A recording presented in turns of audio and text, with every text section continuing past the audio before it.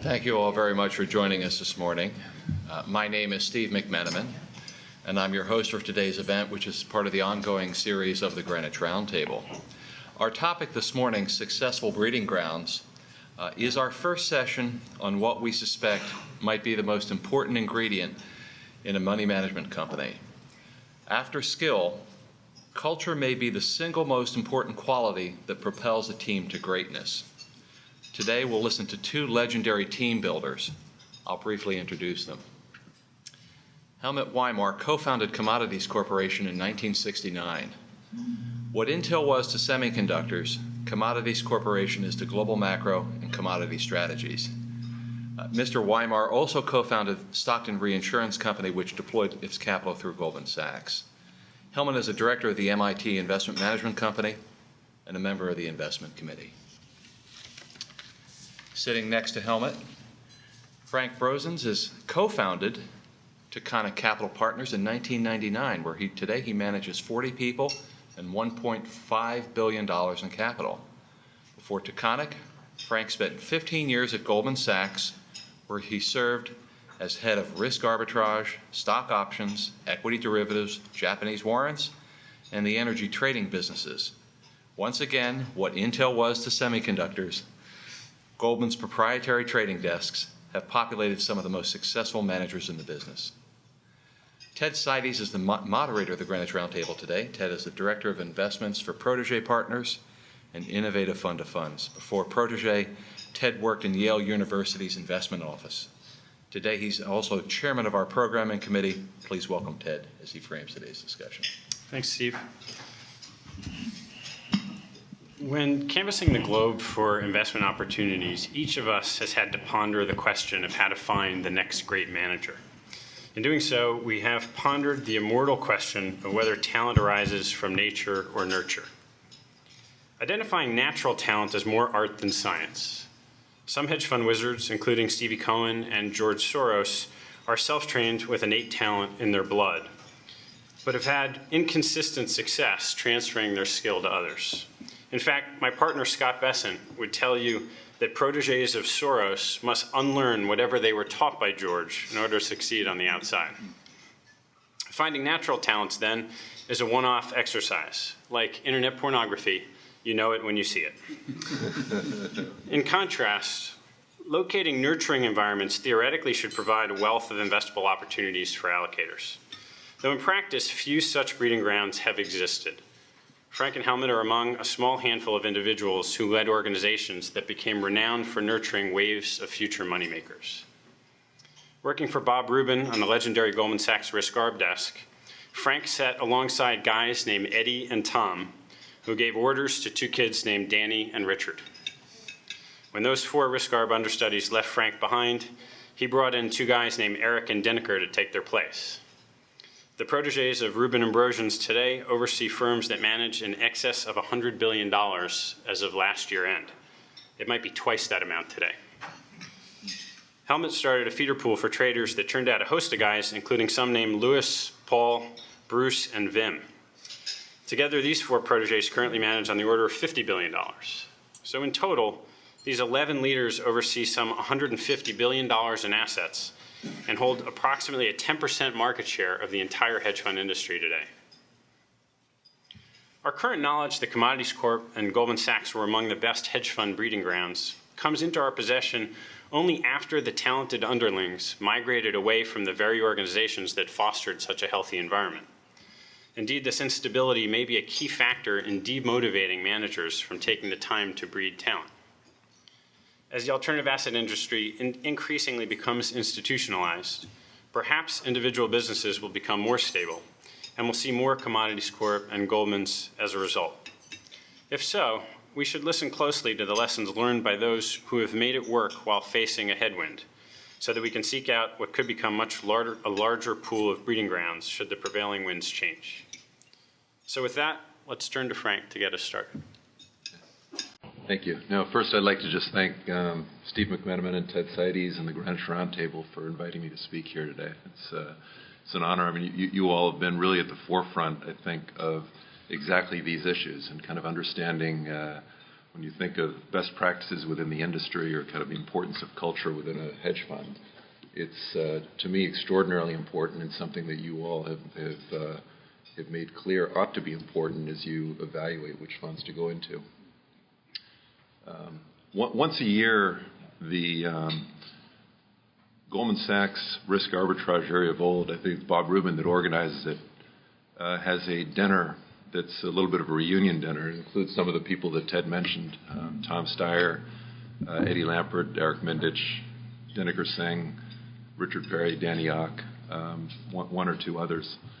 And we get together and kind of talk about the environment. We talk about the proliferation of hedge funds, the capital that's gone into the industry. But eventually we get to the question of what it was about the environment at Goldman Sachs that ended up leading to so many people going off on their own and developing what have become quite successful funds. And they're really, it's not as if there's any specific answer that's come out of it. It's something that I was talking to Bob yesterday. I mean, he talks about some of the aspects of Goldman Sachs that clearly have developed within each of these funds. But when you look at the structure of the funds, at their focus, at the way they compensate people, the way they evaluate people, they're actually very different as you look from one fund to the other. You look at the strategy that Eddie Lampert has gone down and really being more of a one-man show, more concentrated positions. They're not really event-related. They're much more almost an activist focus. And then compare that with Tom Steyer, who I think of in terms of kind of the risk spectrum is at the opposite end of the risk spectrum. It's always a question of what can go wrong and how do you protect every penny of your capital. It occurred to me that the one aspect of Goldman Sachs, and partly it was driven by Rubin, but partly it was driven by the nature of the organization, that made it very different from many of the other firms on the street, was the alignment of the decision-making process by the individuals within the organization to the capital that they were representing. Clearly, as we thought about investing Goldman Sachs' capital within the risk arbitrage area, it was very much with an understanding that it was the partner's money. And I remember in one particular case, one of the traders came rushing over to Bob Rubin. It was a couple of years after I was there, and made a passionate case for one of the positions, that we ought to be much, much bigger. And he'd just gotten off with one of the other funds in the street. And he had an argument for why that was the case. And he went through it, and you could have another bidder here, you could have whatever the arguments were. And Bob Rubin just very calmly said, but what if the following scenario takes place? And he kind of laid out something that would have had disastrous potential effect. And the trader clearly hadn't thought about it and kind of cocked his head a little bit and said, well, then it would be your money. Mm-hmm. And that was the point. It was his money. He was a partner, he was running it, and that alignment of interest between the decision-making process and understanding the two-way nature of risk as opposed to the one-way nature of risk that a lot of firms have, it was very important. It was always a question of what could go wrong.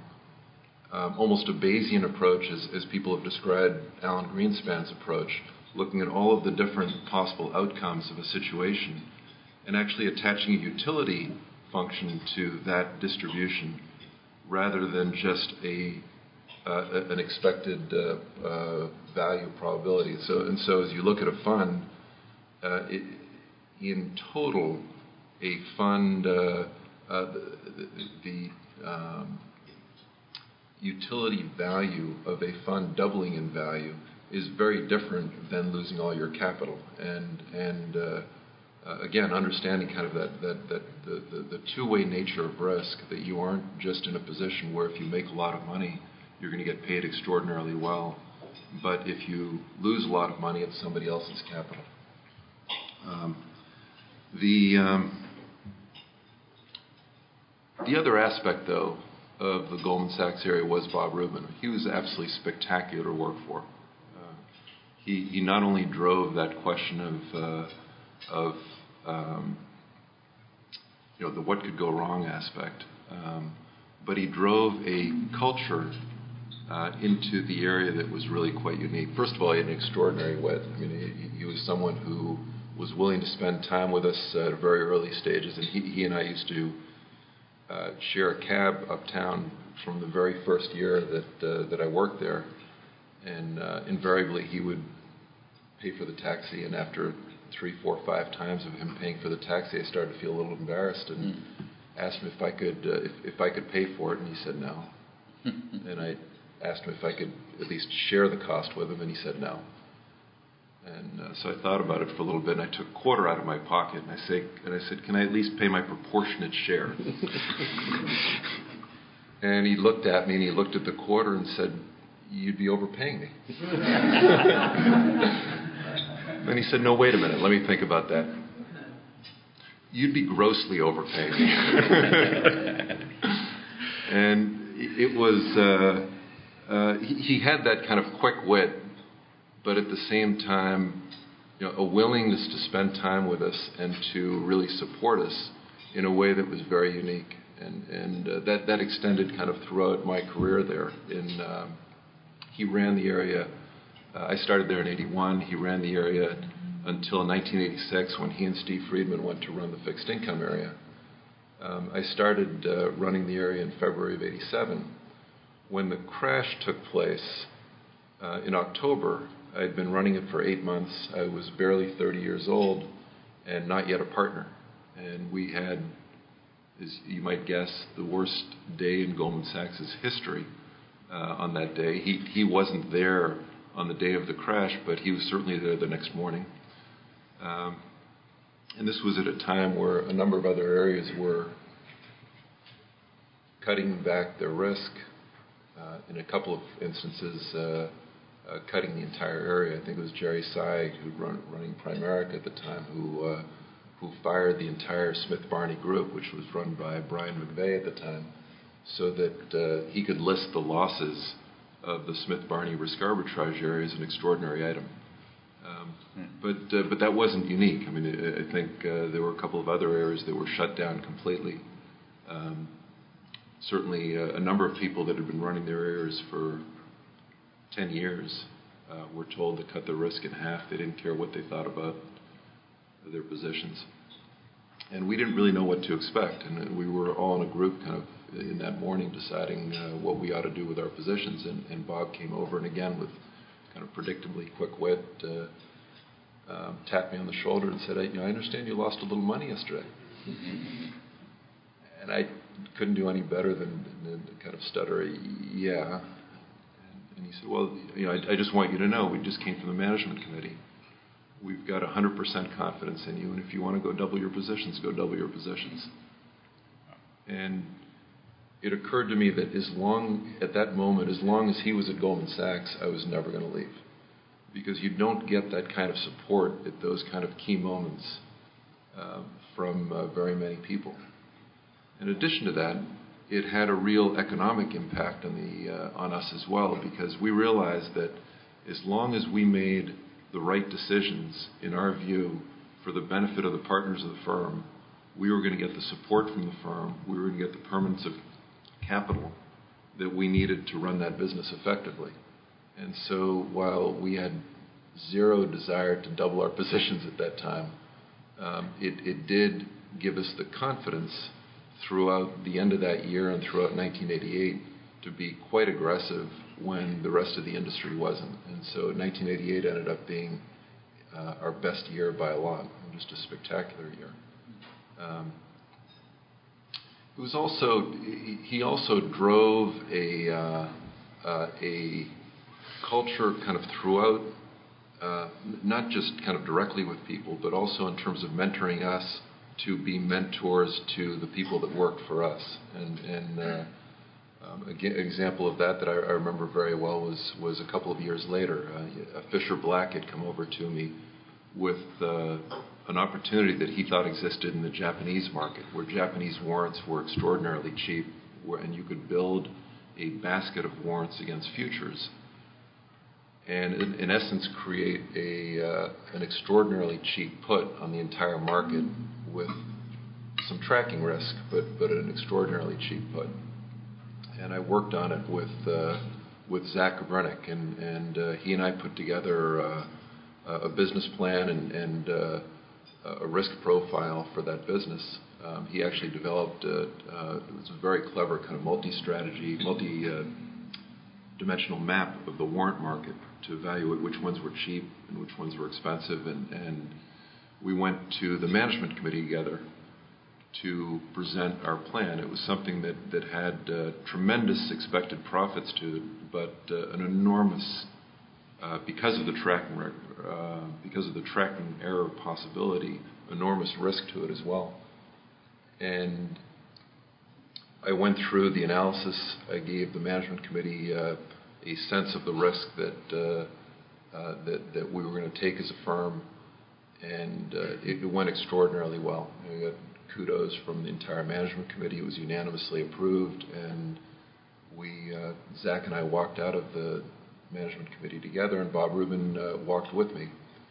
And I thought he was going to give me kind of a pat in the back and good job, and instead what he did was he pulled me aside and said, what do you think you were doing there?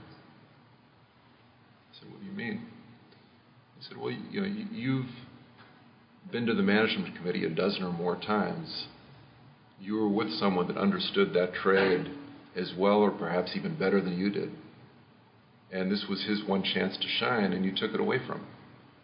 And it was a lesson I never forgot. I mean, the willingness to give people that work for you the credit for what they do, and the ability to get recognition for their effort was extraordinarily important in driving a culture for the environment where people really felt proud to be part of it, and not just important in terms of how people felt about themselves, but how they operated within that environment, and retention.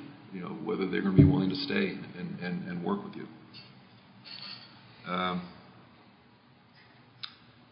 Creating that culture is an art. I mean, there are an awful lot of different pieces to it, but is a goal towards creating an environment that generates tremendous returns. It's not just a question about retention. It's a question about teamwork and being able to put together complementary skills within an organization where you can optimize the decision-making process better than people that are operating individually.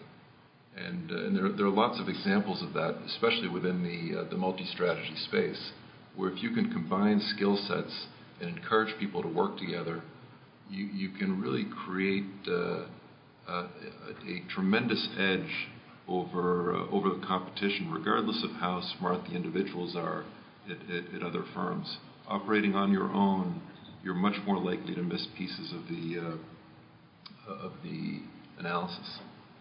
I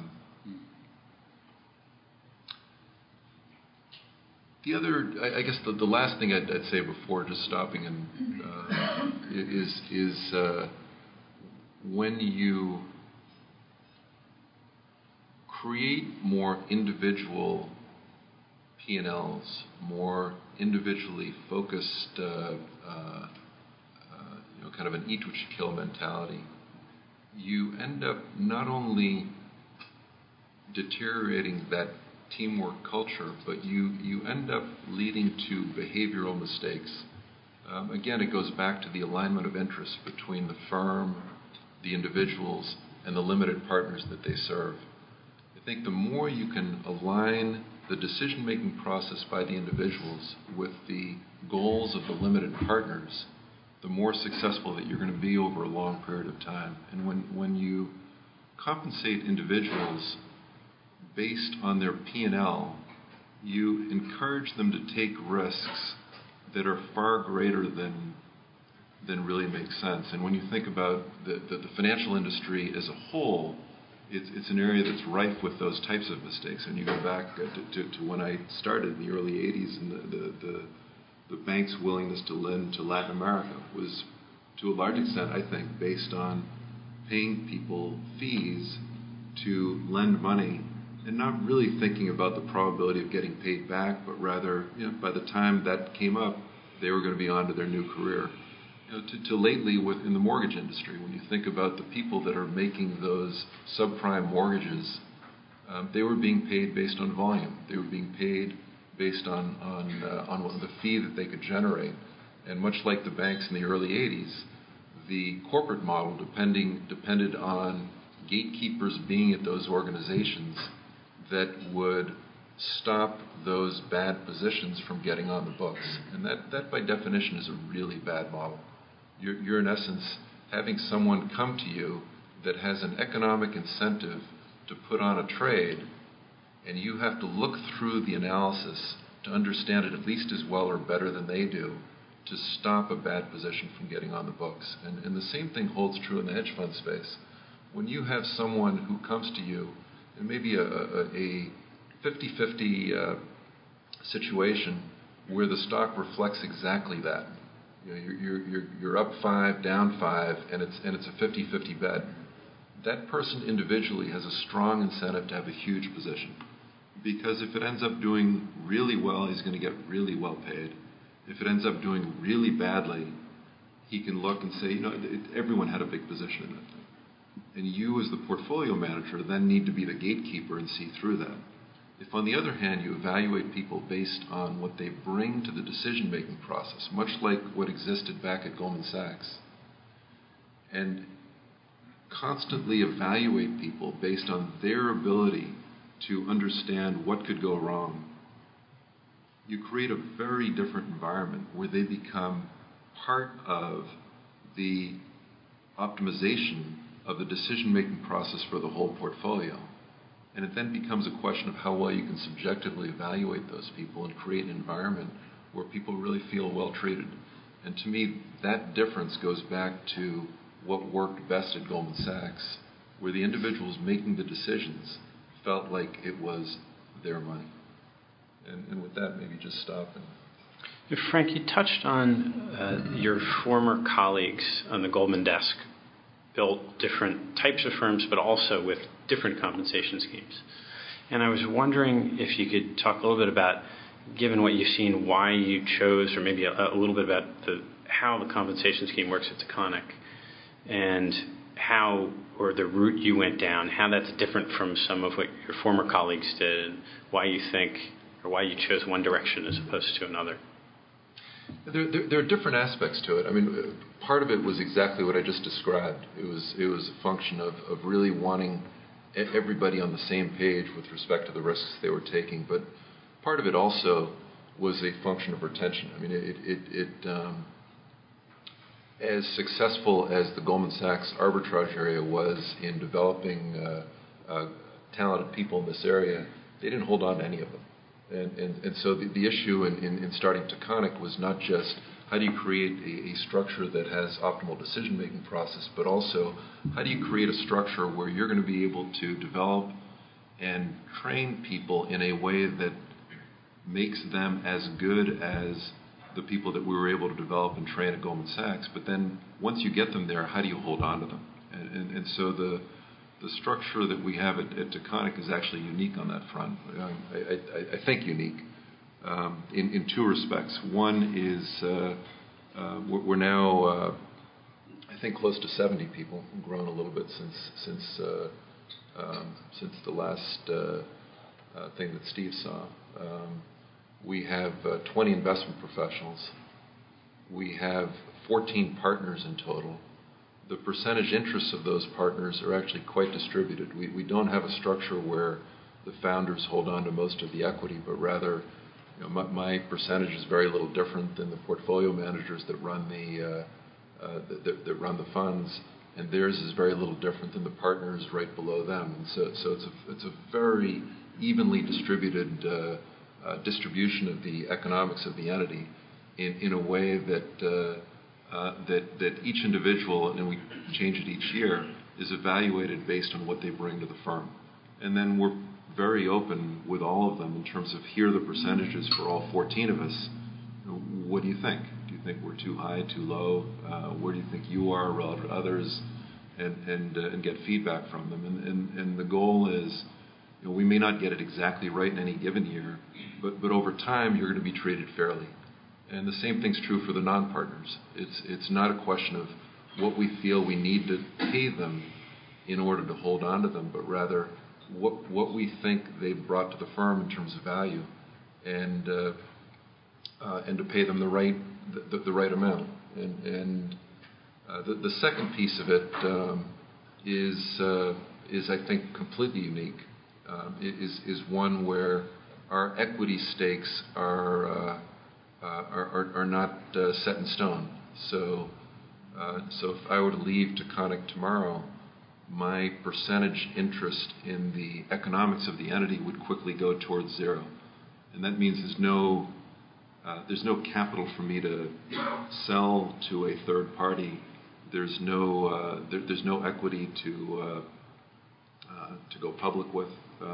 It's always meant as the old Goldman Sachs model was, to be equity that stays with the people that create the value in the entity, and that in essence gets inherited by the next generation of partners as we leave. And the idea is to again constantly align the economics of the individuals with the economics of the limited partners and the people that are creating value within the entity to be getting the economic impact of that value. And as a result, we've been in business 8 years, and I think again unique for a firm of our size and tenure at this point, maturity at this point. We've never lost an investment professional to either starting up their own operation or going off somewhere else. We, by the way, kept them away from protege partners. Thanks, Ted. Well, I was just listening to that really interesting discussion by Frank. It definitely, the aphorism that came to mind was that there's more than one way to skin a cat. Because I think the cultural contrast between the history at Commodities Corporation and what Frank described is in some respects really extreme. So just a couple of dates. We started Commodities Corporation in 1970, and I would say its core culture, and it was a corporation, so it was corporate form, a bunch of employees of a corporation, outside capital. The founding employees of the corporation contributed less than 5% in initial capital. Came from venture capitalists, plus we started with $2.5 million, $500,000 of which came from Nabisco, where I and a colleague, Frank Vanderson, had been working. But the other $2 million came from venture capitalists. And that sort of locked-in capital corporate structure, the corporate structure lasts a long time, but the sort of trading company concept and mentality lasted for somewhat over a decade, and then we evolved, for reasons I'll explain, into more of a fund of funds. Still corporate structure, but more of a fund of funds. Steve asked me to talk about culture, appetite for risk, market conditions, how the world has changed.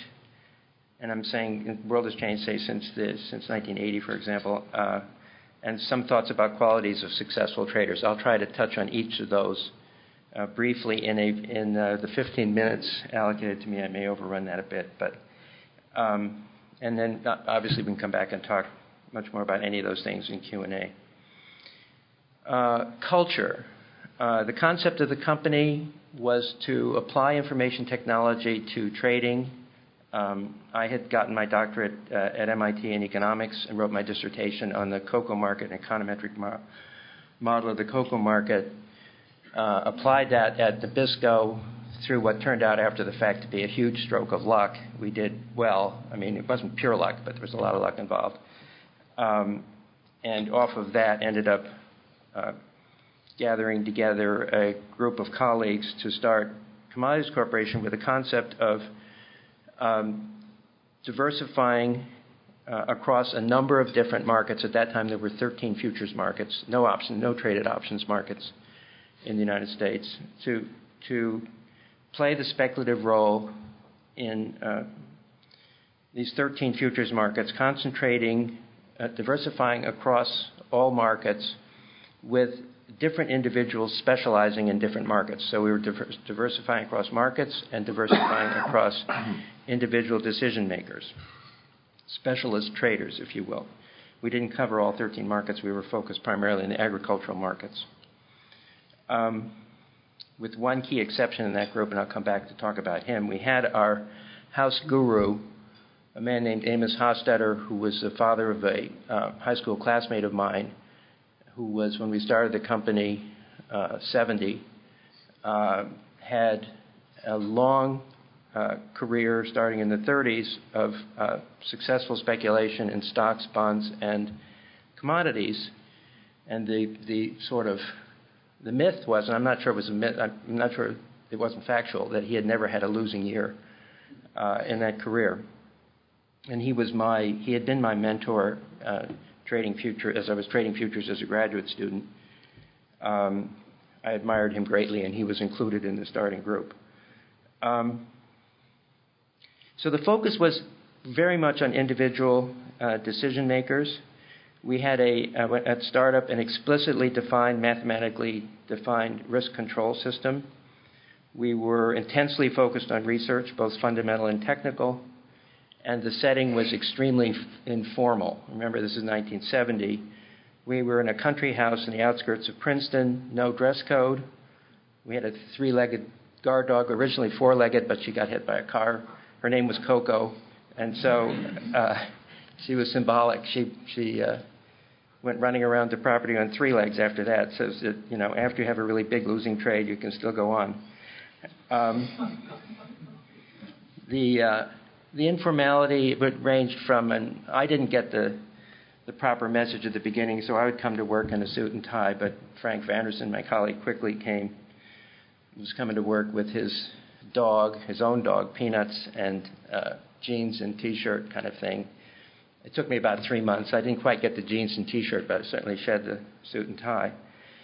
The emphasis was on informality, on performance. I should say that it was informal. The emphasis was on performance and not on niceties.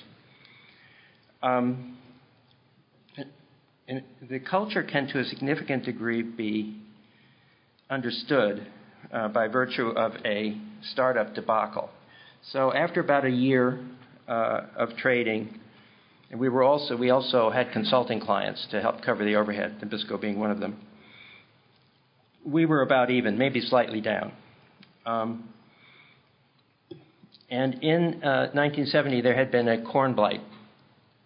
The corn blight, which is a fungus, reduced the corn crop by something like 5 or 10%, say 5%. Drove prices higher, but the real issue was, would there be another corn blight the following year, and might it be catastrophic because of all this fungus that was in the cornfields all over the country? So we hired the New Jersey State plant pathologist to advise us on this subject, guy at Rutgers. And there were conferences being held all over the country on this subject. He would go to these conferences, he would advise us, and he told us there wasn't going to be another corn blight for X, Y, and Z reasons. And he also told us he wasn't alone in that. I mean, sorry, he was unusual in that view. He was alone, not quite alone, but the many other plant pathologists were very concerned that there would be a big corn blight. We, of course, understood that from market letters, et cetera. So the market kept creeping up as people were more and more concerned about a major corn blight. Our control system, was mathematically defined, but we did not have the back office to implement it effectively. So we kept sort of, huge failure on the part of the CEO here. We waved hands about it and said it was sort of working, but it wasn't really working. And it allowed, while each of us were specialized in individual markets, each of us were allowed to trade all markets in one big kind of global pool. And supposedly the control system was constraining what these positions were, but it wasn't really. So the result was, as the market kept going up and our guy kept saying it's not going to happen, we got shorter and shorter. And then one fateful Friday evening, CBS News decided that their lead story was going to be corn blight. And they put on the plant pathologist from Illinois who was absolutely certain there was going to be a huge second-year corn blight. Monday morning rolled around, corn was limit up with no trading. Tuesday morning came around, corn was limit up again, but trading at the limit. And we closed out all of our positions, and our startup net worth of $2.5 million had become $900,000. And that happened in about a month. Obviously, while we understood there was risk in the business and had a risk control system designed at day one, it didn't work. So there we were. What to do? Well, the first thing, our largest investor, who was a firm called Heiser Corporation, which was the largest venture capital firm in the country at the time, their first thought was, of course, to shut us down. Obviously, they made a big mistake. However, as I told you, $500,000 of our startup, $2.5 million capital came from Nabisco, and they insisted, and they were the first people we talked to in getting this thing off the ground, they insisted that their position would be senior to other investors. We screamed and yelled, said, you can't do that, we won't be able to raise other money. They said, fine, don't. Stay with us. But if you're going to do this thing, we got to be senior. So we went ahead. And the result of which was that when our capital was down to $900,000, Nabisco's position was $500,000. The other investors who had put in $2 million, their position was worth $400,000. They had lost 80% of their money. So Heiser, of course, tried to talk Nabisco out of their seniority with no luck. And they figured, well, we've lost 80% of our money. Let's roll with these idiots. Who knows what might happen? So the moral of that story is luck is really important in life, because if we had had our way with Nabisco and had them not be senior on day one, I would not be here today, for sure. So we survived that in terms of our shareholder structure. We had endless 5-hour sessions into the wee hours for about a month deciding what to do. We cut back, if you will, lost combination of them being willing or not, or pushing, sort of half of our startup professionals. We took what was left of our pool of money, and here's where there's a departure in philosophy and structure. We took what was left of our pool of money and explicitly divided it into discrete allocations across the remaining traders, which there were essentially 4 trading centers. So each trader, or in one case a computerized trading system, trading center, had X amount of capital to manage. We installed a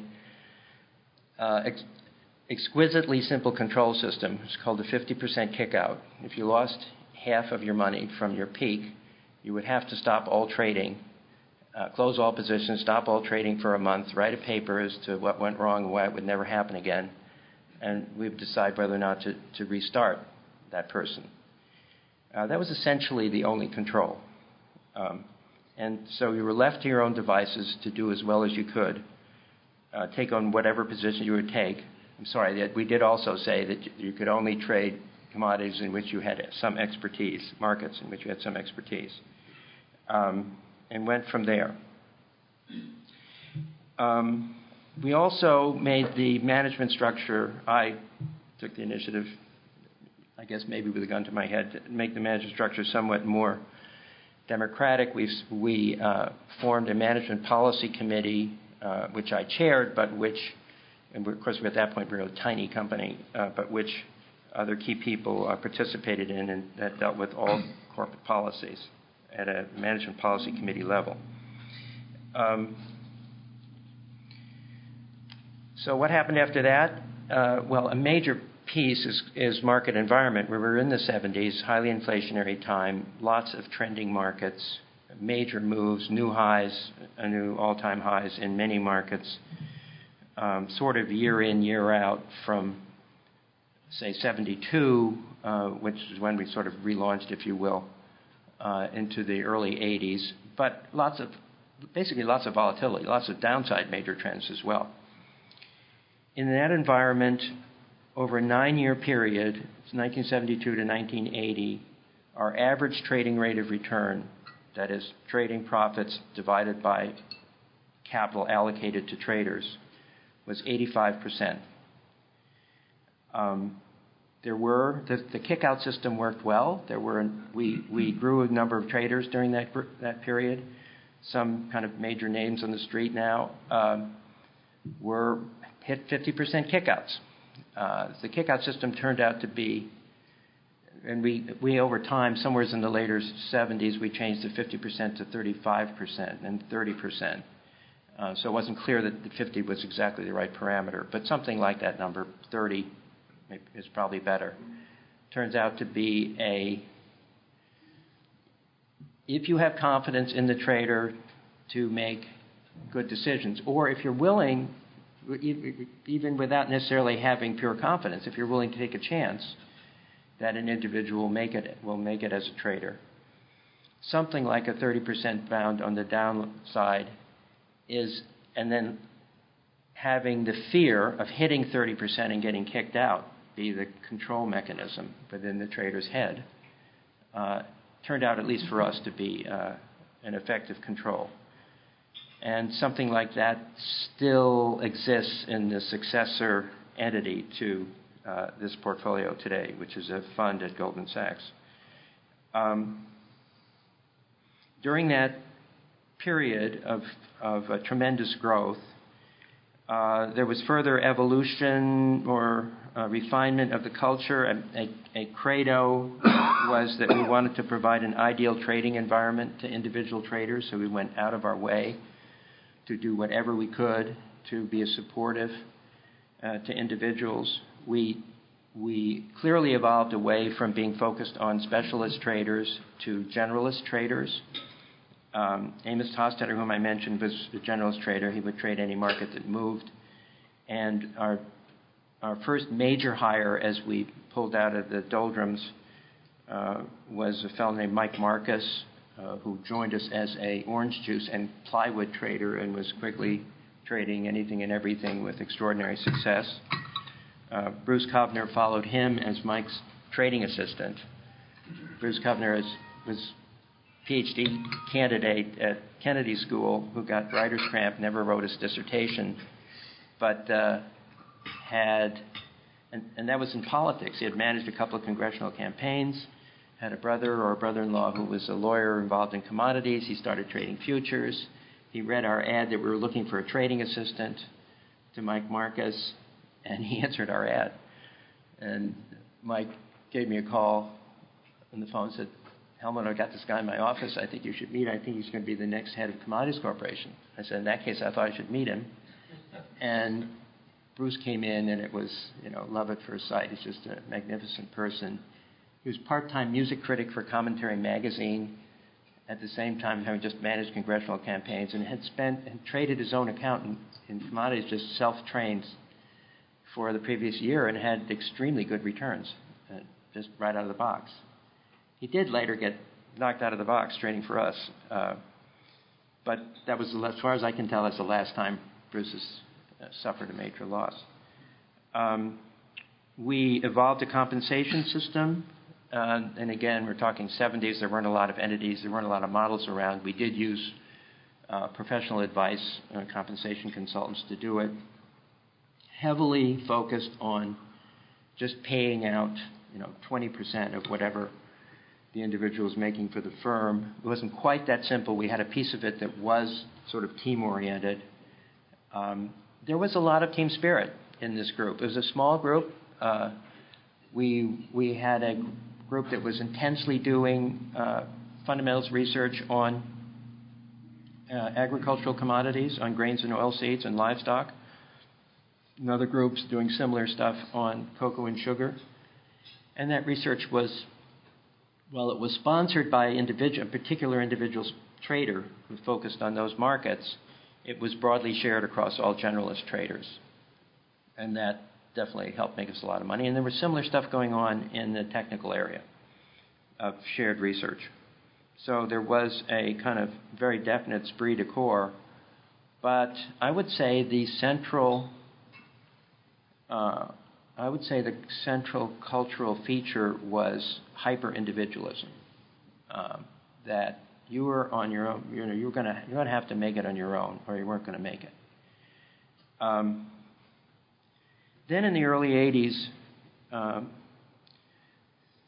three things, or two key things happened. We grew to a point where, late 70s, early 80s, where, and what are largely anachronistic now, I guess, but there were things called speculative limits that really began to pinch us. And the CFTC applied the spec limits to the whole company. So if three different people were trading corn, completely independent of one another, maybe one of them was in Brussels and the other person was in Princeton, they would still aggregate those positions for spec limits. So we actually went through this arduous, awful process of allocating spec limits. Meanwhile, lobbying fiercely in Washington to get a sensible framework, which took us a $500,000 fine and 3 years of lobbying to change, because we came up with a somewhat rinky-dink way of getting around spec limits. The CFTC said it was illegal, and we ended up settling for what was then the largest fine ever paid to the CFTC. So from then on, I spent about a quarter of my time in Washington for a couple of years. Eventually got it changed. But speculative limits were cramping our style and cramping the style of individual traders, and there was a wave of what might be called upstairs startups in the commodities business. Historically, the main source of speculative decision-making in the commodities markets was on the floors of the exchanges, or people who had been on the floors of exchanges, like Paul Jones, for example, who moved upstairs.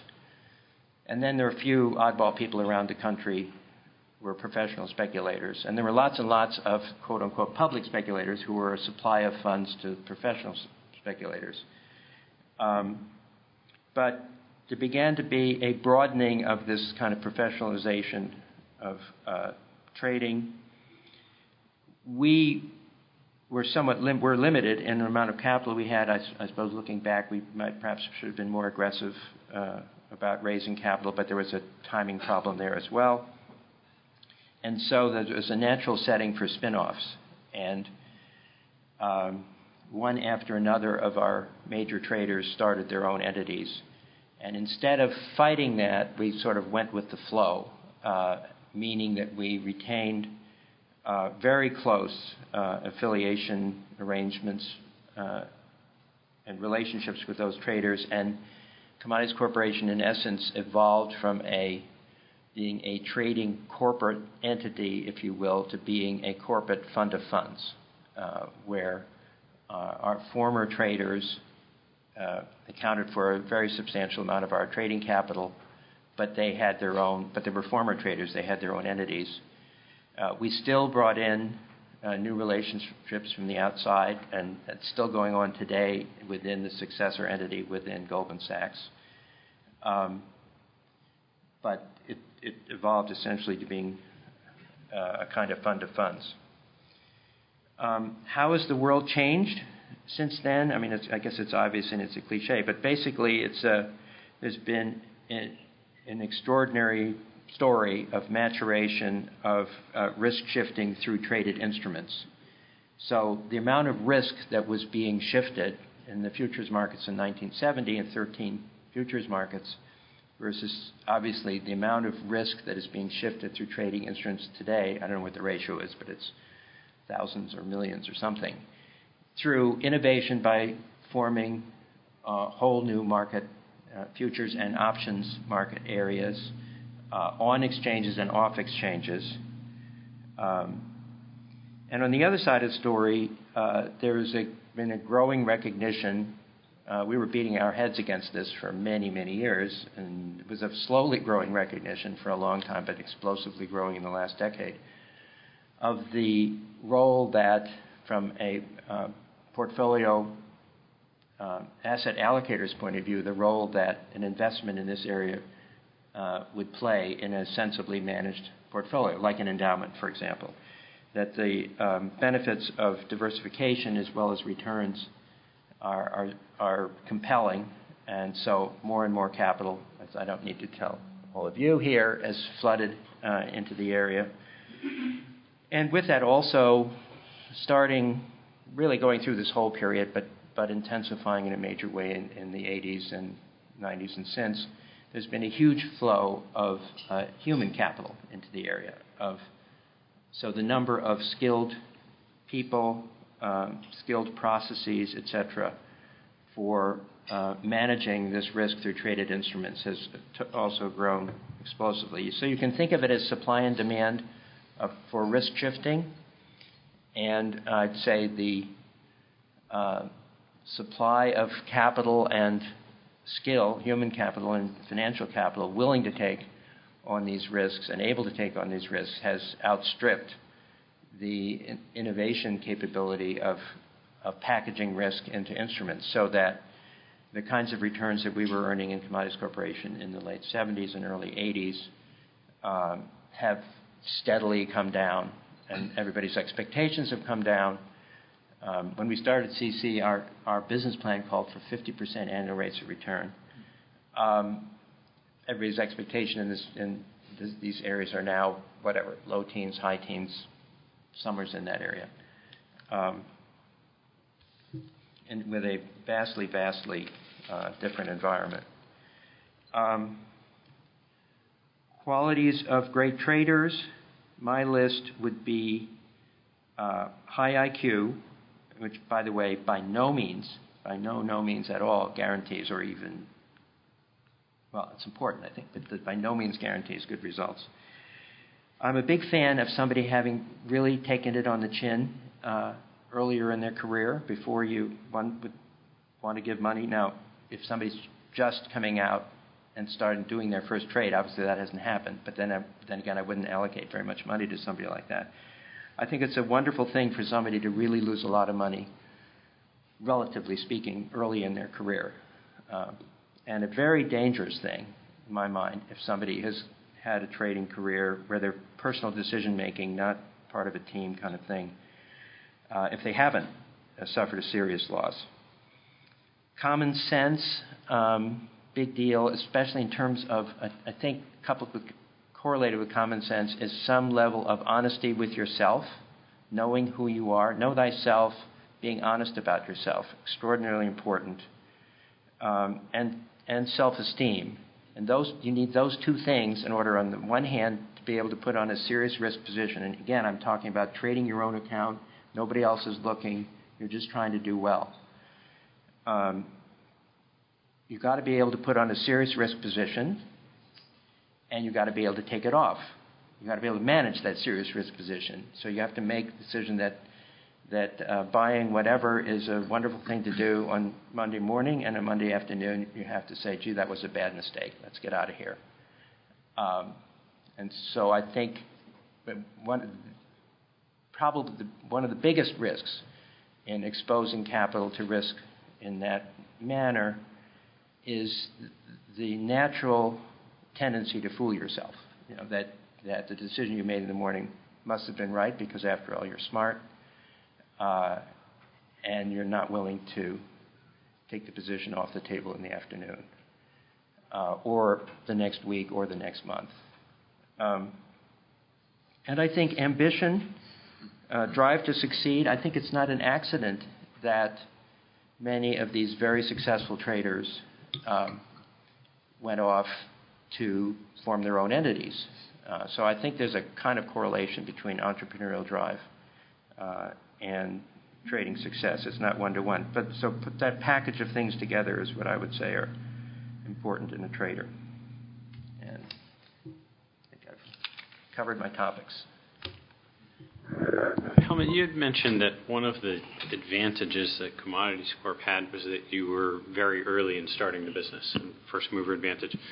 I was wondering if you thought if you had to restart today in a a much more sort of sophisticated environment with a lot more competitors if you'd have the same level of success? And if so, what do you think the key drivers of that success would be?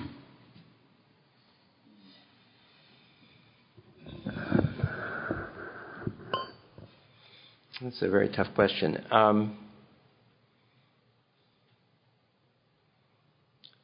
Well, one thought that crosses my mind, I think it's not necessarily directly responsive. If I were personally tempted to do this kind of thing today, I would do a very different thing, which would be to go all out on the math front and try to beat the trading problem to death with computation power and math, a la Medallion Renaissance. And I guess the other element I would put in there is just try very hard to focus on the least mature markets around the globe. So I think I would definitely have an office in Beijing and in Mumbai or wherever, et cetera. But I think kind of new geographic markets, Russia, et cetera, and try to bring the highest level of mathematical and computational sophistication to those markets. I think the name of the game is an edge. And, so we did have the first mover edge, if you will, whatever. I guess we did know. The edge we thought we had at the time was modern information technology. Then it turns out that isn't really the edge we had. The edge we ended up having was culture. One thing I should say was a really interesting, quirky thing about the culture. I mentioned Amos Hofstadter, our guru. He played an extraordinarily important role. From 1970, we founded the company, in 1976, when a drunken lady crossed a divided highway and took the top of his car off along with him. He was such a wonderful mentor to all of these names, Mike Marcus, Bruce Kovner, Grenville Craig,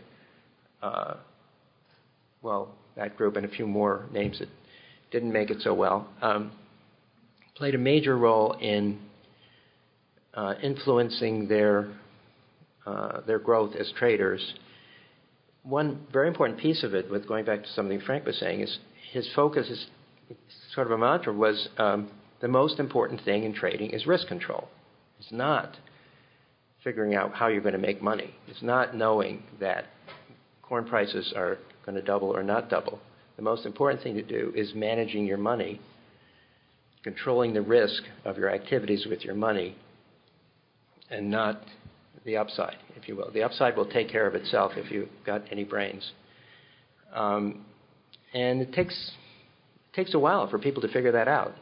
And he brought that through that process. So our edge evolved from, we certainly did take advantage of modern information technology, but that was not the core of why we did so well. Today, I think all of this stuff is, there are courses taught in every business school on this stuff. It's so well understood by a broad number of people. I don't think I would want to go that route, but obviously Frank has and others have, and with considerable success. Open it up to questions. Yes, please. I have a question for Frank Brosens. It has to do with Bob Rubin, who created the culture you described at Goldman Sachs. And my problem is that I have a bunch of friends at the Harvard Business School. And one of the places where culture has created a lot of talent was the Harvard Management Company under Jack Meyer. And Rubin is an overseer of Harvard and was one of the people who would not support the pay scales that Meyer thought he needed to keep talent.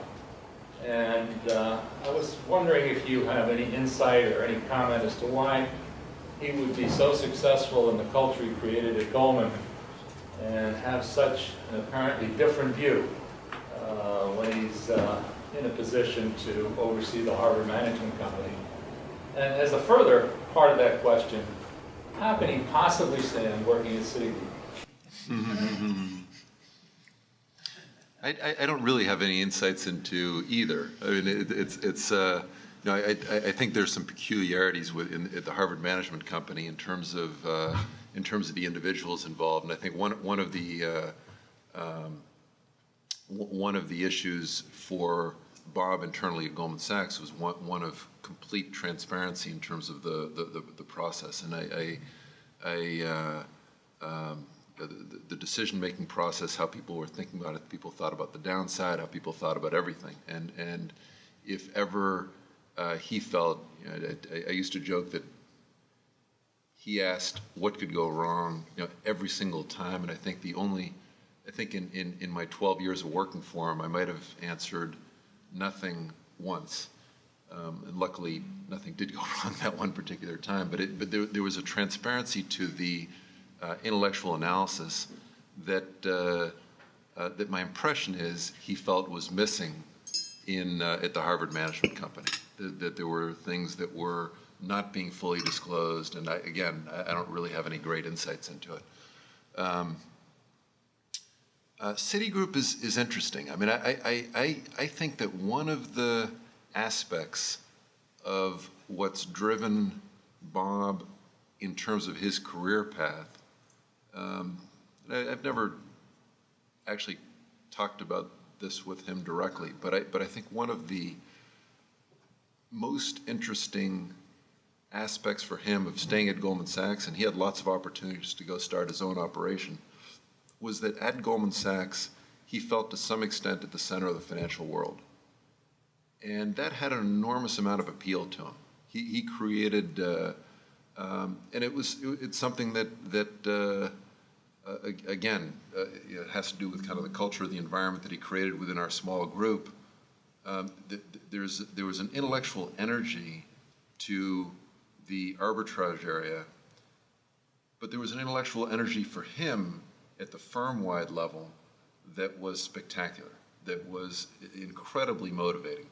I think he certainly felt that at both the National Economic Council and at Treasury, and I think he feels that at Citigroup. It's an incredible,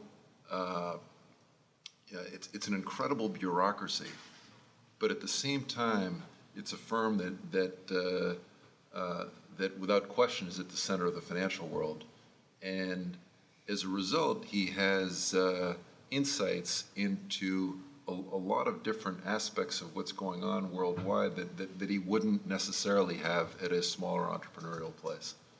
You know, I don't know if that's the right answer, but I suspect that has a lot to do with it. Hi, so I have a question for how either of you think about it. I mean, Jeff and I spend a lot of time recruiting traders today and thinking about all that. And one of the comments you made is sort of interesting because we debated a lot, which is this question these days about deferred compensation. As the industry matures and becomes, you know, in many more ways much more institutionalized in the hedge fund world, we're seeing a lot more deferred compensation. You guys see that trend continuing in the way that you set up your compensation at your firm? Is it heavily skewed towards that as you think about the future of retaining traders, not just attracting them? Do you want to? I mean,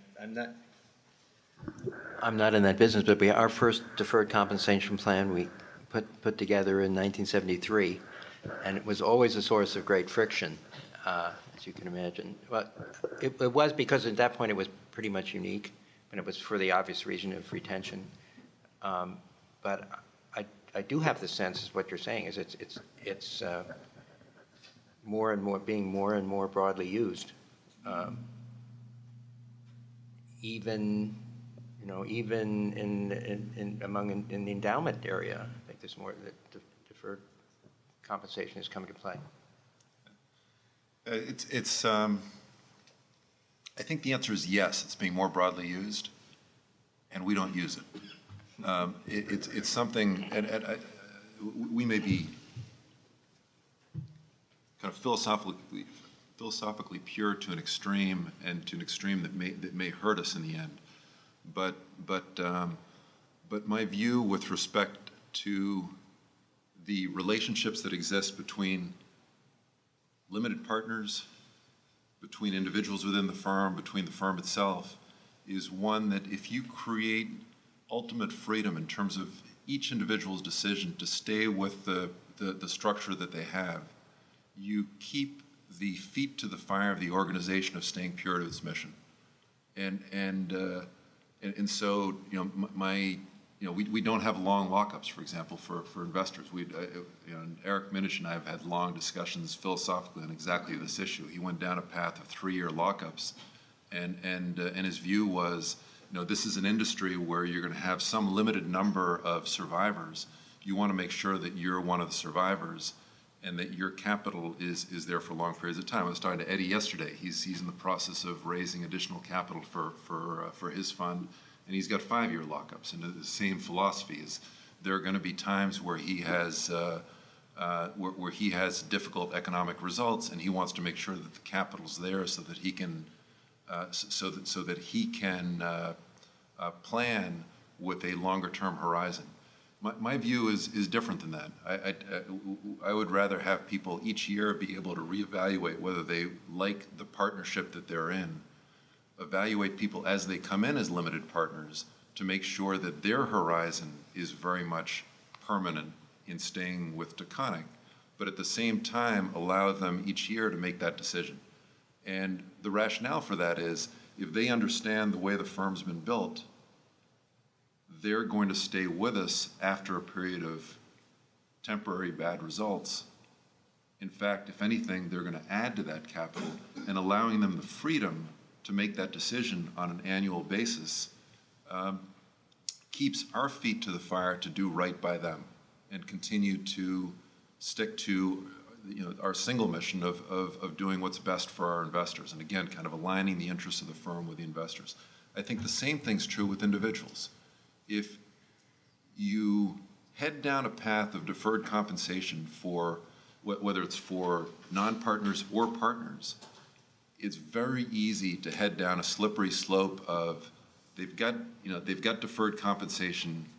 We don't need to pay them quite what they're worth because they aren't going to throw that amount away, and you end up creating a tension with the workers that I think is non-productive. Whereas if you allow them the ability every single year to re-up and, am I being treated fairly here, that again puts our feet to the fire as a firm to constantly be meritocratic in terms of our approach to the people that work for us. So I think the answer in the industry is yes, deferred compensation is more and more becoming an issue. And it's not a path that I think is terribly productive.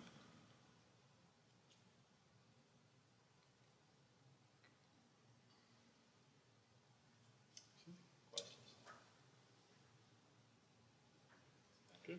Yep. I'll go over a few housekeeping items. We have our latest best practices out there for you to take with you today. We will meet next time here. Susan reminds me that you should fill out your comment card or she won't let you out of the room. But Susan, when do we meet here next? July 17th on the role of the Chief Investment Officer. And I would like to thank Joe Esposito for helping us locate and persuade Helmut to come today, and Ted for assembling this subject and this panel. And I want to thank our speakers. Very, very well done. Thank you. Thank you.